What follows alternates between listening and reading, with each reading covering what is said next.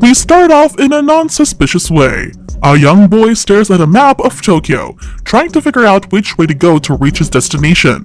While he's plotting out his course, he's distracted by 3 girls talking. They're really flashy, he thinks, and unbeknownst to him, the girls noticed him too. One of them comments that the kid's really cute, and they start debating whether he's a boy or a girl. And just so we're clear on this, he's a boy. A very young boy. He then approaches a woman carrying crates and manning the liquor store. When he asks for directions to Sunohara House, the woman happily helps him out before asking if he's moving there. And he is. His name is Shina Aki, and the woman lovingly calls him Aki-chan. As the boy goes on his merry way, the woman says to herself that Aki's a cute kid. Ayaka will definitely be happy. Meanwhile, Aki is thinking about why he's moving to the Sunohara house in the first place. He decided to go to a middle school far away from home to start anew. Because of his androgynous features, he wasn't treated as a guy back home. But now that he's in Tokyo, it's time for him to live like a man. To my middle school debut! He shouts, raising a fist in the air. The sunny day then changes to a dark atmosphere with the rain pouring hard. Immediately, Aki is instantly soaked. Not to rain on your parade, Aki, but that's not a very good omen for your middle school debut. Well, I guess now Aki knows that too. The poor kid. When the skies start to clear up, he finally arrives at the Sunohara house. There, he meets the colossal tatas of the house's caretaker, Sunohara Ayaka. She greets him, but little Aki seems to be spacing out, a little flustered too. Since he isn't saying anything, she thinks that he isn't the new tenant, but whatever. She still takes Aki in her arms and declares that she can't just leave a girl to catch a cold. So much for living like a man. Well, then again, with Aki's close proximity to a beauty like Ayaka, he seems to be living better than a lot of men out there. While he sits in the tub, Aki relaxes for approximately 0.5 seconds before freaking out about the situation. He didn't know that there was going to be a pretty lady in the place he will be staying at. And if she's the caretaker, that means they'll be under one roof for 3 years. The boys almost catatonic at the thought. And to make matters worse, Ayaka makes her bathtub scene debut. She struts in scantily clad and invites herself in to wash his back. The lady mentions that it's tradition for the caretaker to wash the new resident's back, and apparently her grandma's the real caretaker, but since she's hospitalized, it's now Ayaka's job to do it. Now imagine the grandma rubbing their backs every time. Oh, and by the way, the caretaker is still operating under the misconception that Aki is a girl, so she doesn't know why Aki's so worried at the idea of her washing his back. They're both girls, so what's the problem, right? Now, as he's sitting, waiting for his back to be washed, Angel Aki and Demon Aki appear. Demon Aki says that he should just let her wash his back. When else is he gonna experience that? Angel Aki rebuts that he should tell her, since he can only truly become a man by showing that he is one. So instead of arguing, the two Akis agree to work together. So Aki tries to tell Ayaka, but him being a boy doesn't seem to bother Ayaka since, according to her, he's just a kid. This means that she has to take care of him, she says as she playfully bites his ear. That KO'd Aki. He passes out from the shock while Ayaka's still somewhere there and not in the gallows. What are you doing, woman? When he regains consciousness, he's out of the bath and laying on her lap with his clothes on. Ayaka says, "You really are a boy, aren't you? Since your face and name seemed feminine, I totally mistook you for a girl." Oh, so she's seen his So Aki's absolutely embarrassed by this, but Ayaka tells him not to worry since his size is perfectly normal for his age. After that, she's off to prepare supper. Ayaka's good at everything she does and is beautiful and kind. The only problem is that there's no indication she'll treat him like a man. After seeing him observe her, Ayaka hugs him and starts calling him Aki-chan, which he doesn't like. He asks Ayaka not to call him that, but she insists that it's cute. She asks why, but his memories of his big sister treating him like a girl back home floods him. He can't answer, so Ayaka turns back to cooking. Though his endeavor to be seen as a man isn't looking good, he resolves not to lose hope. He decides that if he manages to make Ayaka see him as a man, then she might, do the deed with him. First things first, he must show her that he's reliable. He approaches Ayaka, who is currently hanging clothes, and offers his help. While she's happy that he'd help her, she clarifies that she'll be taking care of her things. By her things, she means her unmentionables, which Aki's holding right now. She then instructs him to take care of the sheets instead. The boy obliges. Next up, he asks to help her with the flower bed, but he trips and throws the watering can he's holding, unevenly watering the flowers. When Ayaka decides to scrub the floor, he volunteers to do it, only to end up slipping. With Ayaka asking if he's okay, he finally tells her that he has decided to be manly. Ever since he was little, his sister has been telling him he's like a girl. He came to Tokyo alone because he wants to change that about himself. Ayaka gives him a hug and comforts him. She tells him he doesn't have to strain himself and apologizes for not realizing how he felt. She promises him that from now on, she'll be calling him Akun. Aki asks her to treat him like an adult though, and she says she'll only do it if he gives her a kiss on the cheek. But just as he's about to do this, the three other Sunohara dormers arrive. The shortest among the three is Yukimoto Yuzu. The black-haired girl is Yamanashi Sumire, and the pink-haired one is Kazami Yuri. Sumire tells him that they're all Ayaka's victims too. Yuzu reprimands Ayaka for the scene they saw earlier.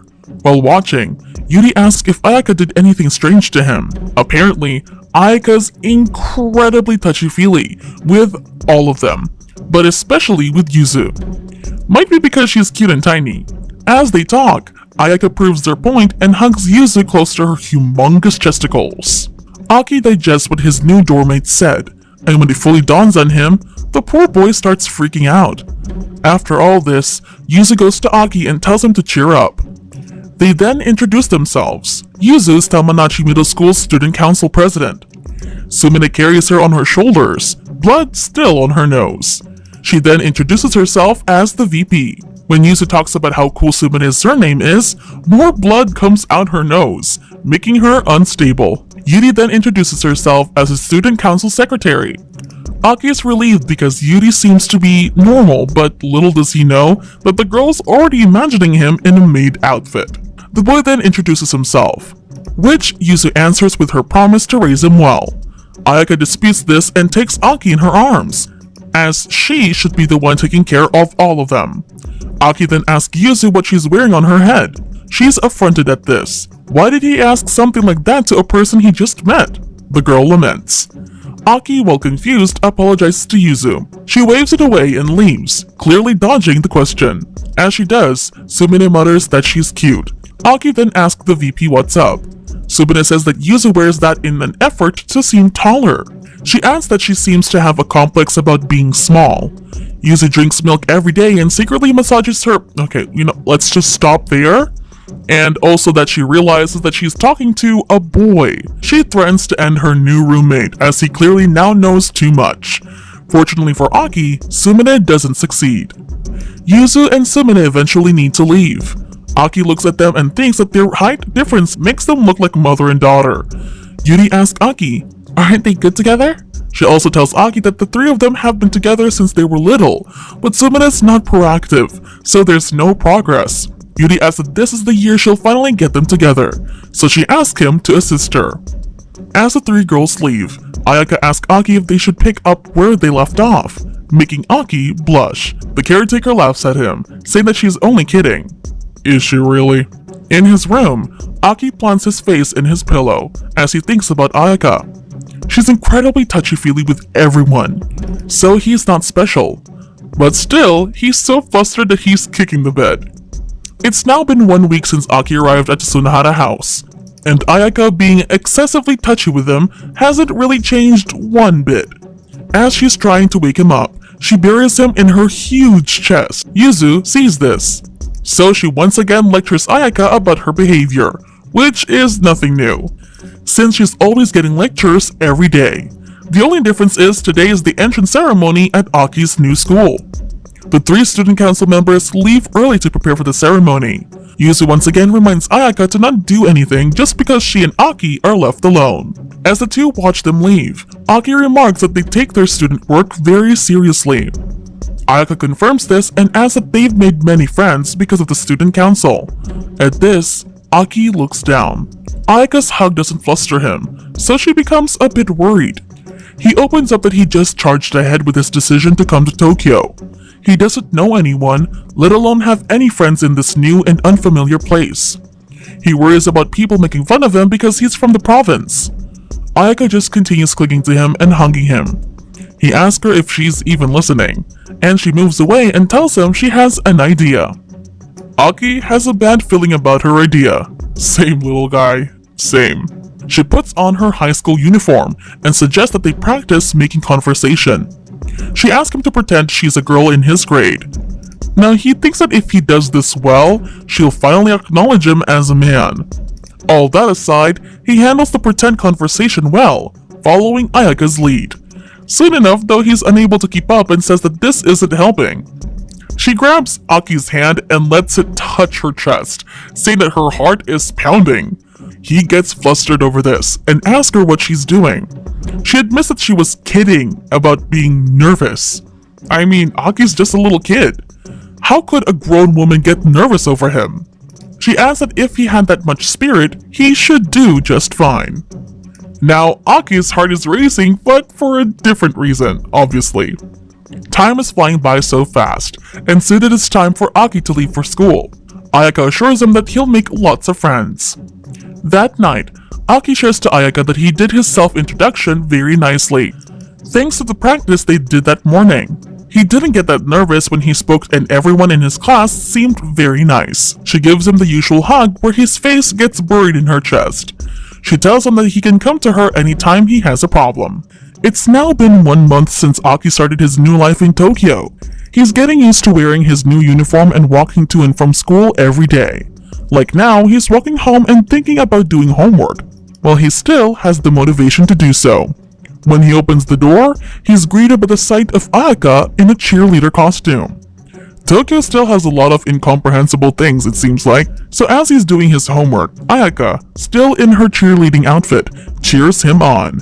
She's making a bit of noise that distracts Aki, so he asks her if she's trying to cheer him up or interrupt him. And why is she wearing that cheerleading outfit in the first place? The 3 student council members enter Aki's room in a cheer dance formation, with Yuzu at the top of course. The student council press explains that the first large-scale event since he enrolled is coming up soon. That event is the school field day. That's why Ayaka's in the cheerleading outfit. Events like that need cheerleaders after all. The caretaker shares that the outfit is originally for Sumire, but she didn't want to wear it. The image of Sumire wearing the outfit dazes Aki, which earns a hard pinch from the VP. Aki turns his thoughts to Ayaka. If she's cheering for them, then she's coming to school. In that outfit. Oh, lordy. She catches his stare and raises the top part of her outfit a bit, asking him if he's interested. Interested in what's underneath or wearing the outfit himself, I don't know, because Yuzu thankfully cuts that off.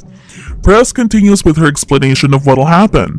Luckily, everyone on the Sunahara house is on the same team, so it's just natural that they win.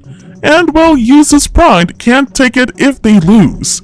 She'll have Aki join the parent-child 3-legged race with Ayaka. And so, the 2 of them have their practice for the 3-legged race. First, they warm up by stretching. They then start with the actual practice. Sadly, the 2 have a significant height difference, so Aki finds it a bit hard to reach Ayaka's shoulder. But he doesn't care because Ayaka's warm and smells nice. They then spend the day practicing for the race, speeding it up as they get the hang of it, and because of the said height difference, Ayaka's chest is right against Aki's cheek, so once they go fast, her mountains bounce a bit and hit him, making him fluster. Their practice ends at dusk, and with Aki huffing and puffing. Our boy's not that athletic, huh? He then observes that Ayaka has unbelievable stamina, and doesn't seem as tired as he is. She asks him to get ready to take a bath. While Aki is taking the bath, Ayaka walks in yet again, causing him to get flustered. She says that his hair has gone long, so she thought she'd cut it for him. Couldn't you just wait after or at least before? Oh well, we're here now. He tells her she could give him a hairstyle that she thinks is nice. She doesn't really change much of his hairstyle, she just trimmed it short, which Aki loved. After this, she shampoos his hair.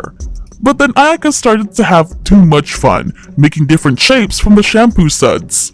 But because she took her time, it started to get cold, so Aki is now in the tub, and Ayaka decides to join him. This of course frustrates the boy, so he asks what the caretaker is doing. Ayaka says that this is also part of training for the three-legged race. She explains that the more in sync their breathing is, the faster they can go, and to do that, they have to be closer to each other. After that awkward bath, Aki contemplates that every day until field day, they're going to be that close with each other. And every day after that, their training to get in sync increases in intensity. They do train for the actual race, but they also do other things like play cards and sleep in the same bed. Right, sure, that's part of the training. And finally, field day arrives. But just as they're about to go to school, Aki passes out at the entrance of the dorm. Sumine remarks that the strain of long-term physical and mental proximity to Ayaka must have been too great. Yuzu concludes that he's going to be useless that day. And we don't even see if they won the race. The heck? The next thing we hear is Yuzu screaming from the bath. Aki rushes over to see what's happening, and he finds Yuzu's stalkers. She realizes this and gets embarrassed, telling him to give her some privacy. After she gets dressed, she tells Aki that there's a giant spider on the wall. The spider crawls out of the bath and scares Yuzu. She urges Aki to get it since he's a guy, but he replies that he doesn't want to and it's scary. She tells him he's such a wimp. Well, that makes the two of them. Yuzu shares to Aki that she dislikes bugs in general, especially when they're nearly dead and twitching. Aki teases her by pretending that there's a nearly dead bug twitching on the floor. This terrifies the poor Yuzu, and after finding out that he was just joking, she gives him a punch. At this point, the spider shows itself in front of her, and she shrieks more loudly than ever. Sumine, who just arrived, comes over to help her dear president. Yuzu ends up crying in her arms, and this gives Sumine a nosebleed. She tells her to leave this problem to her. With the coolness of a ninja, she senses the spider above her. Then, she loses all of that coolness when the spider lands on her face, and she passes out from the shock. Yuri tells them that the huntsman spiders are beneficial. They don't harm humans, so there's no need to exterminate them. She says all of this from her room, far away from them and the spider. But honestly, what she said is true. So don't kill the hunter spider, guys. As they debate on how to remove it, Ayaka arrives wanting to ask Aki something. Soon enough, the spider lands on her chest. It slips a bit between the valley, effectively trapping it. She calmly gets little Spidey off her chest and with her bare hands and tosses it out of the window. After waving goodbye to the spider, she then asks Aki to go out with her to do some shopping. Since it's the first time he's going out with her, he overthinks and has a hard time deciding which clothes to wear. The little dude is thinking that he's gonna go out on a date with her, when really they're just gonna go out to get some groceries. The three members of the student council barge into his room and dress him up in women's clothes, and says that it looks good on him. Aki resists and pretends to see another spider, hoping to scare Yuzu. It doesn't work, but Yuri remarks that she's really afraid of spiders. Yuzu protests this by saying that everyone's afraid of something. Well, except for Ayaka. Yuzu realizes that she doesn't know what the caretaker is afraid of. At that, Yuzu gives Aki a task, while he's out with Ayaka. He must find out what scares her. While they are away, the three of them will prepare dinner. At the streets, Aki notices that people have been staring at them. He incorrectly assumes that people must be thinking that they're a couple, when the truth is, my dear boy, they're actually confused whether they're mother and daughter or sisters. Whoop! Oh well. They then stop by Yatsuho's liquor shop to buy some stuff. Remember the girl Aki asked directions from? That's her. Yatsuho mentions that Ayaka will be participating in that year's beer fest. She says that Ayaka is a pretty tough drinker. As they're out shopping together, Aki realizes that he doesn't really know much about Ayaka. Ayaka reaches for Aki's hand when they cross the street, making him blush. While walking home, Ayaka tells Aki that he's a big help today, and that she'll find a way to thank him. Aki thinks that there's no need, as what's happening right now, them holding hands, is more than enough. When they arrive at the dorm, he reports to Yuzu that he wasn't able to find out what scares her. Yuzu tells him they're moving on to their special plan. She pulls out a videotape and tells him to see how Ayaka will react to the horror film. So Aki invites Ayaka to watch the horror film with him and she agrees. Turning off the lights, she says it will set the atmosphere. This plan doesn't work though. Why? Aki can't handle horror films, and so Ayaka ends up easing his fears away. Yuzu does not give up though, and they move on to their next plan. Yuri brings out a coat, and Yuzu tells Aki to wear the coat with no clothes underneath and then open it in front of Ayaka. And I'm happy to say that he objects to this, so they proceed to another plan. As she's thinking of something scary, tears form in Sumire's eyes. She says it would be scary to be separated from Yuzu. What a simp. Yuzu tells Aki that he'll just have to ask Ayaka directly what scares her. The boy says that he doesn't want to keep doing tests on Ayaka, so she asks him if he doesn't want to know her weakness. This leads him to think that if he knew her weakness, he can protect her from whatever it is. Then he can prove himself to be manly in front of her. He excitedly leaves the room to go ask Ayaka what scares her. She realizes that that's the reason why he wanted to watch a horror film all of a sudden. So, she replies that if someone she doesn't know came into her room when she's asleep, that would be scary. Indeed, it would. So then late at night, Aki creeps into Ayaka's room. After stepping into her room, he has second thoughts and decides to leave. She reaches for his hand and he ends up lying beside her. While they're together, she tells him she was putting on a brave face because he got so scared. But the truth is, horror movies scare her too. And she can't fall asleep by herself, so she tells him to take responsibility and sleep beside her. The next morning, Yuzu, Sumire, and Yuri see Aki and Ayaka sleeping next to each other. They're holding hands too. Naturally, Yuzu kicks up a fuss at the sight. One day, while hanging out in Aki's room, Yuzu asks him what he thinks about age differences in relationships. He responds that there's nothing wrong with it in his opinion. Yuzu says, "But like, wouldn't a teacher and a student be too far apart?" He asks her in return, "Excuse me, President, but you do realize this is my room, don't you?" Aki has a point. She replies that since he's uneducated, she'll give him a science lesson. Warmer air rises and cooler air sinks, and it's crazy hot for May. Their rooms are on the second floor, and his is on the first. So, you kinda get it now. He asks her why don't she just go to the kitchen or the living room. Back in his room, he's still flustered. Yes, she seems nice, but still. Well, she certainly smells nice, he thinks. He remembers being close to her and gapes at the ceiling. Aki, get a grip. Meanwhile, Yuri remarks how much of a goofball Aki is. She then puts a framed photo of Aki in the maid costume beside Ayaka, Sumire, Yuzu, and Yuri's photo. "I didn't get a picture of us, but at least I have everyone now," she says. Moving to the Sunohara house is bringing lots of new experiences, laughter, and chaos to Aki. Subscribe to watch more videos like this. Turn on notifications. And leave a like, it really helps the channel out. Thank you for watching.